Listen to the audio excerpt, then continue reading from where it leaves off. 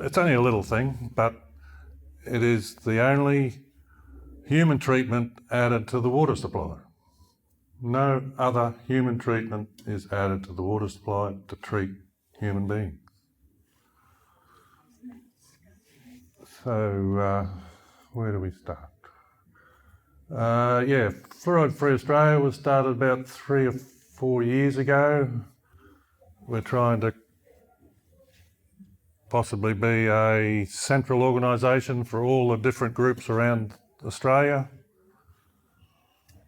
Non-for-profit. We're mainly an educational organisation. Politicians are the weak link in this fraud, scam, and the only way to get politicians to change their tune is for the people to demand it. Possibly. There are court cases overseas and around at the moment in Australia. Okay. And here tonight we've got the basic facts, history. It's not safe, not effective, it's not ethical. The global trend is defluoridation. People don't want it. There are alternatives to fix your teeth. You don't have to swallow this little item. There we are. It's water fluoridation.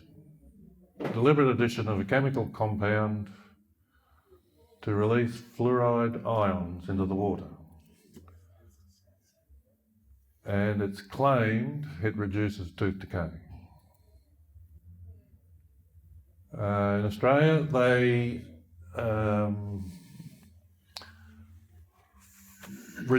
changed the concentration in the water to allow for thirst due to climate. You live up top end, it's hot. Theoretically, you'll drink more water. You live in Tasmania, theoretically, you'll drink less. But they only changed the concentration in the water for thirst due to climate, not for any other reason. You might work out in the sun all day, you drink a lot more. But there's many other sources, not just in water. It's in your food, your beverages, toothpastes, drugs, it's in the dirt, it's in the air, and many other sources. So there's concentration in the water is completely different to the dose every single person takes. You go to a doctor, they'll give you a dose of paracetamol or whatever, and you don't have any more or any less, and then they monitor how you're going. Here it's just put a concentration in the water and you're on your own. Drink as much as you like. Eat as much as you like it when it's in the food and all the other sources. So some people might drink 2 litres a day, which is their requirement. Miners, people who work outside might have 10 litres a day, but that's just the water. Basic facts about fluoride. This was produced a few years ago in West Australia. Most of their chemical is hydrofluorosilicic acid, which is produced from the chemical fertiliser processing areas. Half of Australia has a derivative of that hydrofluorosilicic acid that comes in the form of a powder, which mainly comes from China. Industrial toxic waste from China is what's put in the water, with many metal and metalloid contaminants, such as arsenic. There is no human biological function that needs fluoride to be processed. They pretend it's a nutrient because it may help the outside surface of your teeth. That's the only reason they call it a nutrient. It is not a nutrient, it's a contaminant. So therefore there's no such thing as a fluoride deficiency. I just said that. No biological process. And it interferes with almost all our biological functions. It's a proven protoplasmic poison. It's a proven endocrine and hormone disruptor. It's a proven mineral and vitamin inhibitor. Carcinogenic too. More than likely carcinogenic, yes. So the history is a scandal of pollution, actually. And the original studies in America were flawed, to say the least, and very poor quality.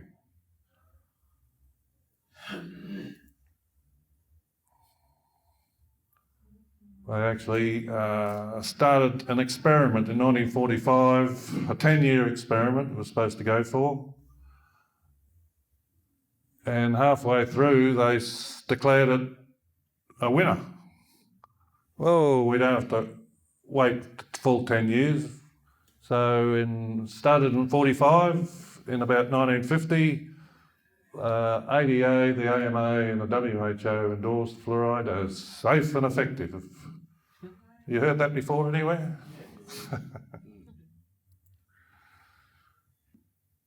Yes, it's based on poor science. About the time they promoted DDT, time they promoted, dentists and doctors promoted cigarettes. It's like tobacco science. And we all know about how tobacco industry liked to corrupt the science until they got caught out. And endorsements. Many medical organisations endorse fluoridation. You might even have a few political parties endorse it. Endorsements aren't science.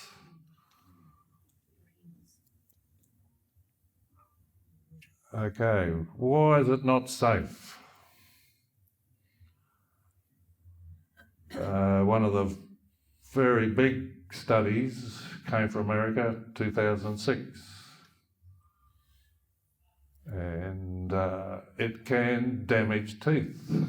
When the adult teeth are forming, if the child ingests too much fluoride, it can get dental fluorosis, which is from mild through to moderate and severe. Moderate and severe is ugly. It also accumulates in your skeleton, as well as a few soft tissues, tendons, ligaments.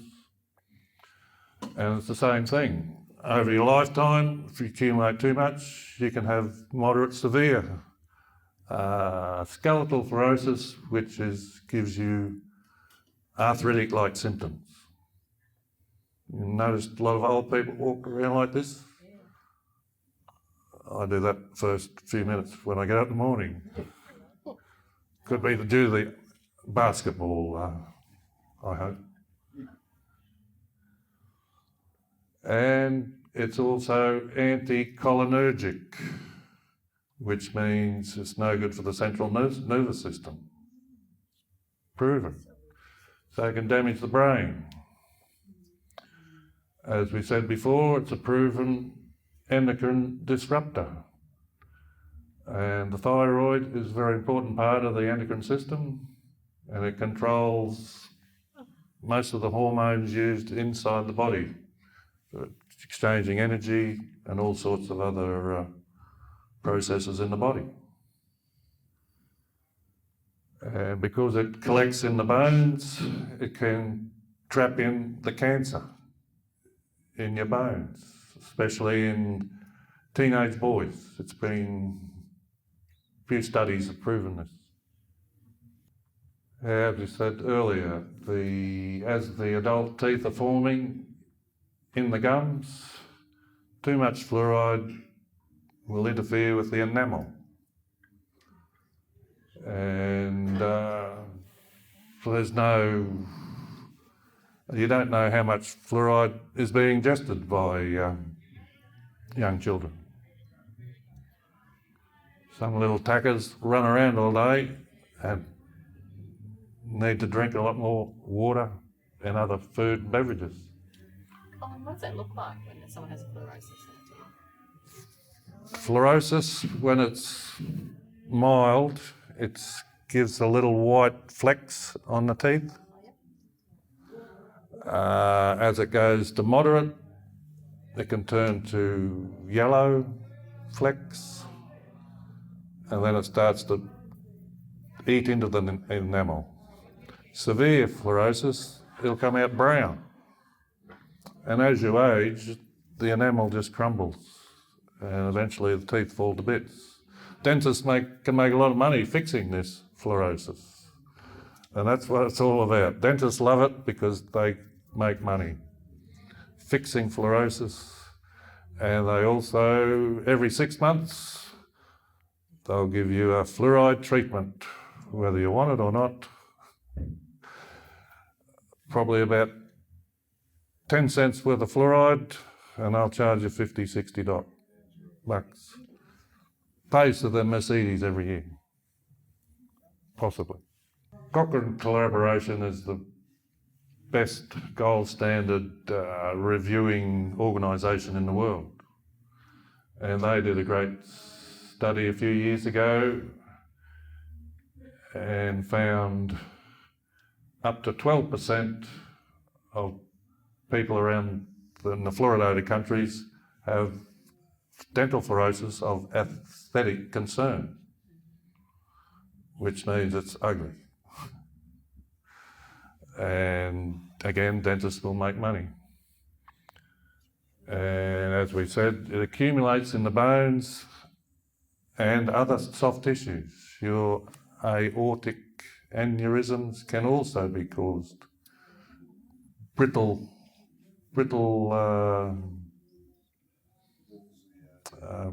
blood vessels because of the calcification caused by too much fluoride accumulating. And as in all things, America leads the world in too much fluoride in their water, food, beverages and other sources. And this is, over the years, their dental fluorosis just keeps increasing. I think it's even higher than that now. It's up to 50% of all children have dental fluorosis of some kind. And I think it's up to 20 to 30% moderate or severe. It's become so bad that they decided not to keep measuring. So it disappears if you stop measuring it. And here we have, as the concentration of fluoride in the water goes up, the dental fluorosis, which is the blue, will go up as well. Plus, this is just in the water. You've got other sources.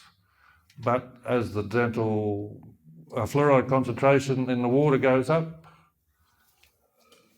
the amount of dental decay doesn't change very much at all. So it might indicate that fluoride doesn't have much to do with dental decay. Or fluoride in the water doesn't have much to do with dental decay. And there, we've covered that. It does accumulate in the bones, and they'll try and tell you it makes your bones more dense. But it might do that, but it also makes your bones more brittle. And as we get older, we certainly don't want to fall down and break a hip, a leg, because you've got a greater chance of dying within 12 months, elderly people with a broken hip or leg. Christopher Plummer being the case last week. Oh, really? He had a fall 2 weeks before he died. Okay. Well, there you go. Although there was a town in Switzerland that had fluoridation. Or was he Austrian? Canadian. Canada. They are fluoridated around 30%. The thyroid function is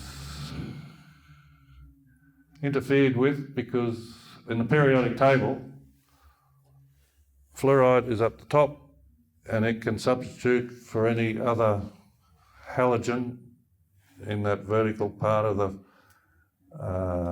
periodic table, so it will interfere with the iodine, which is what the thyroid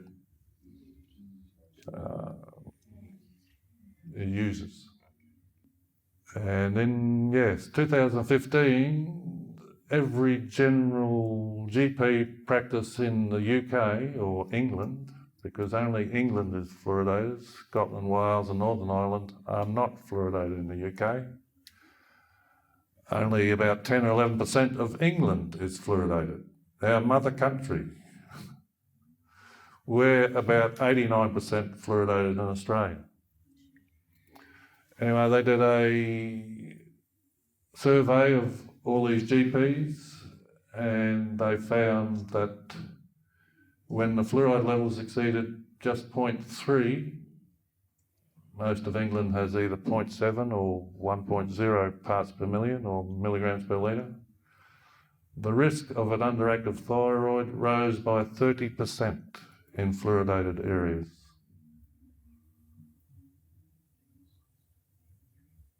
And once you have a low underactive thyroid, you need to be on medication for the rest of your life.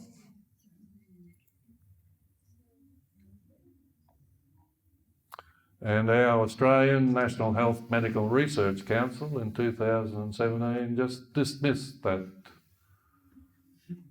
evidence and said, we can't see that that's reliable. Otherwise we lose money. Yes, I think they've been taken hostage by the dentists, our National Health and Medical Research Council.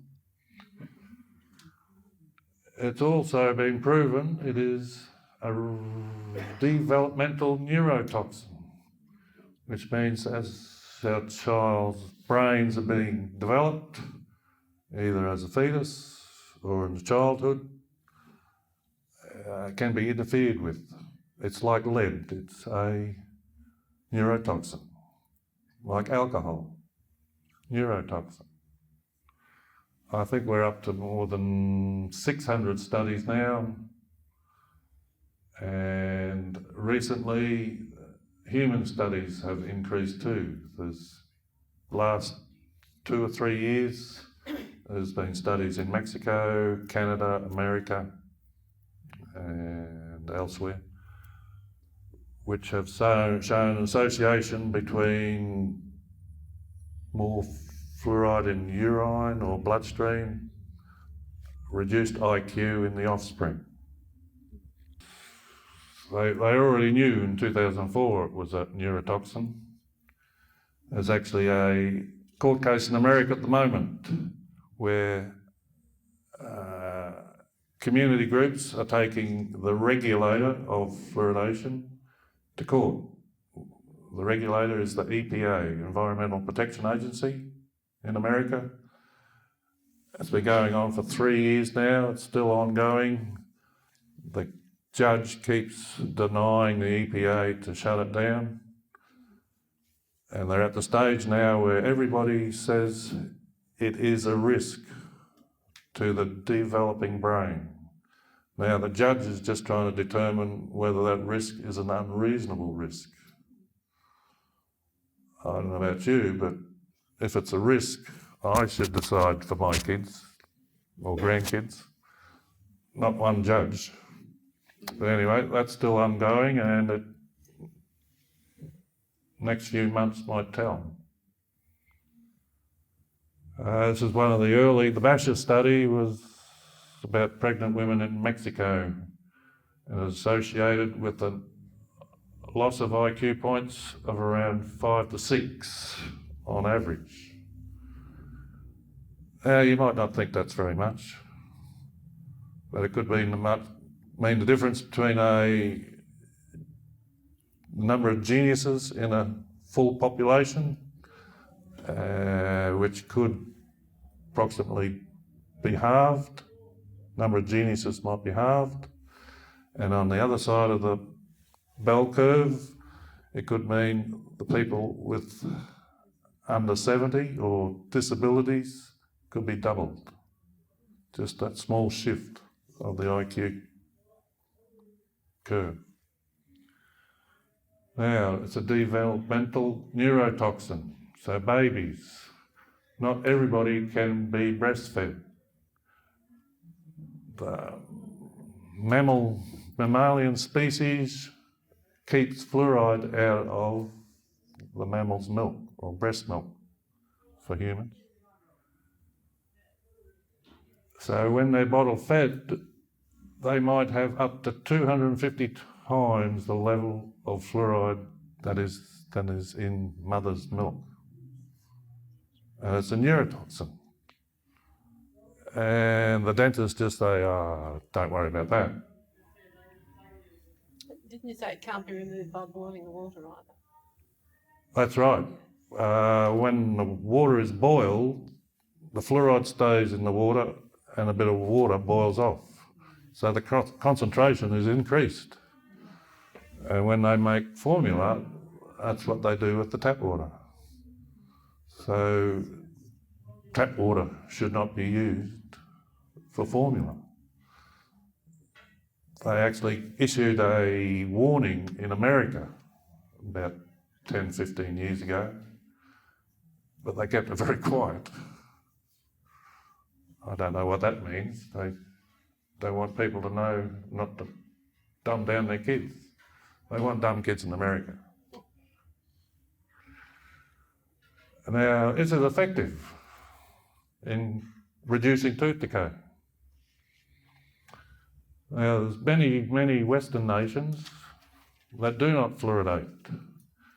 In fact, in the world, only 5% of the population is fluoridated. Now, if you listen to our media and our doctors and dentists, they'll say everybody in the world fluoridates their water. No, it's only 5% of the world.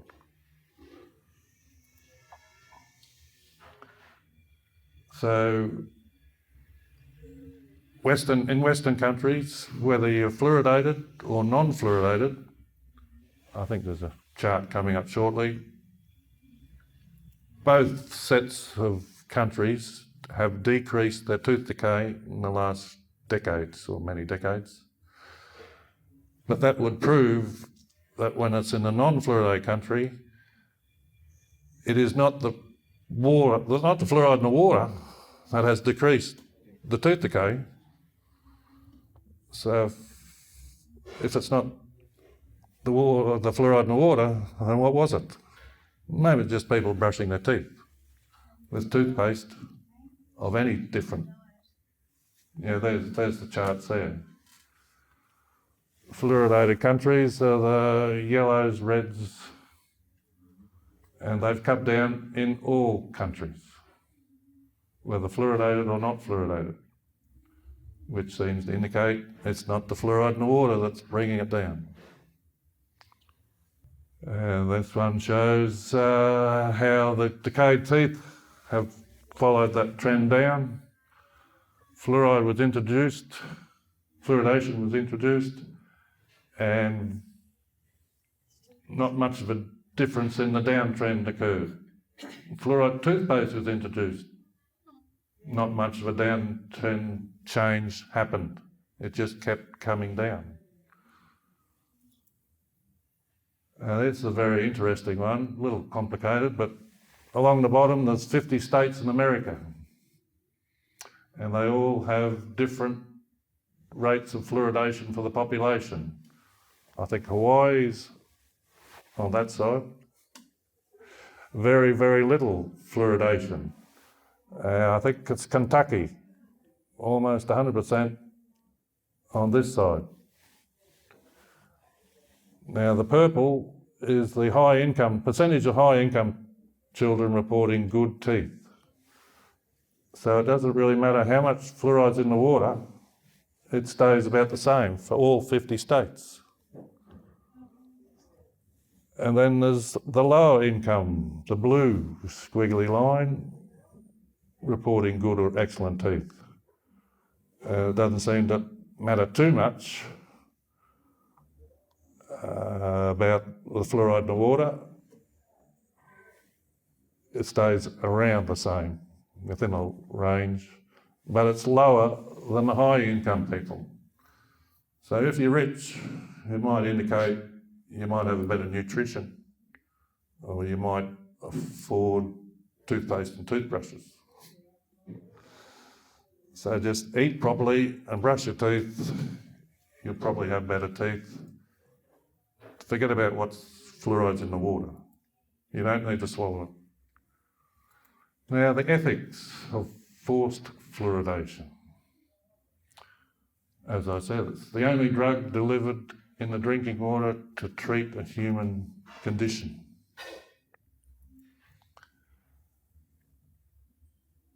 The dose is not controlled. Drink as much water as you like. And has anyone ever informed you that there are risks from drinking fluoridated water? The people responsible for Brisbane are the 27 councillors. They don't even mention fluoridation on their website. In fact, the 21 fluoridated councils in Queensland not one of them tells the people, the councillors are responsible for the decision to keep it in or take it out. Not one of them tells you, and very few of them tell you about any risks. Very few.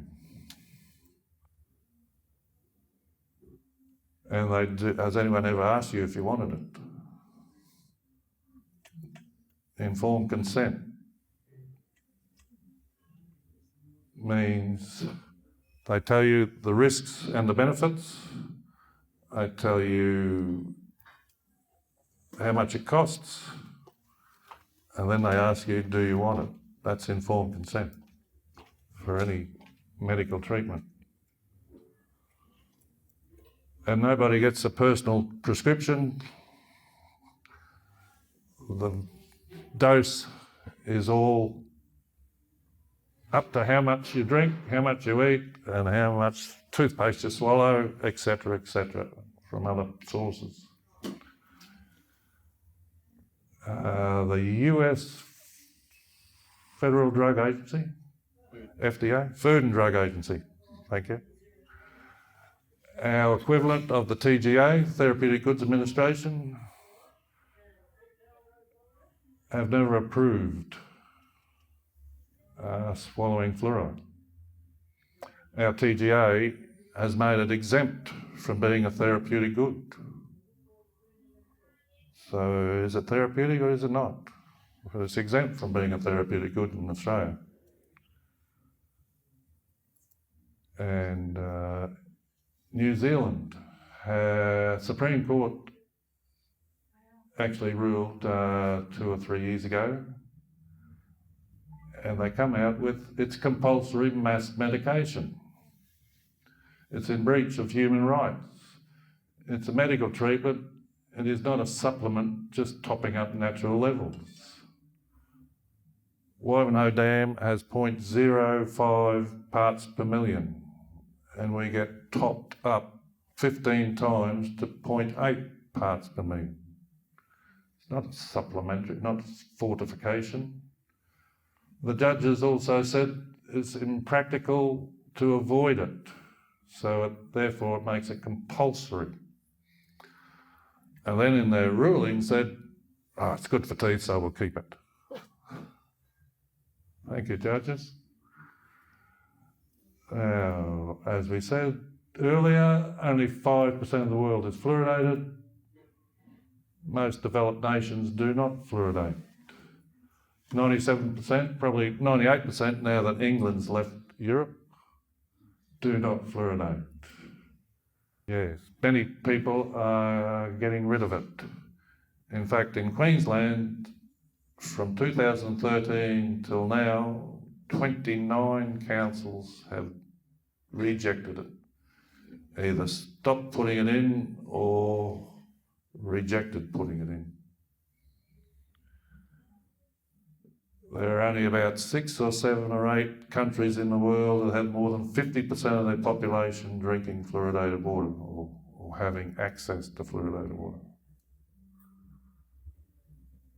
And you mentioned the Five Eyes earlier. Canada is down to about 30% fluoridation. America is about 70% fluoridation. New Zealand about 47% fluoridation. Australia about 89% fluoridation. So, Who did I miss out there? Oh, Mother England, about 11% fluoridation. The Five Eyes, all brought in after World War II. And more people are getting rid of it. They don't want it. Once they become educated, they don't want this put in the water. Now, we may be against water fluoridation, but it's like everything, free choice on all medications, drugs. If you want to have fluoridated toothpaste, go for it. You want to swallow fluoride, go for it.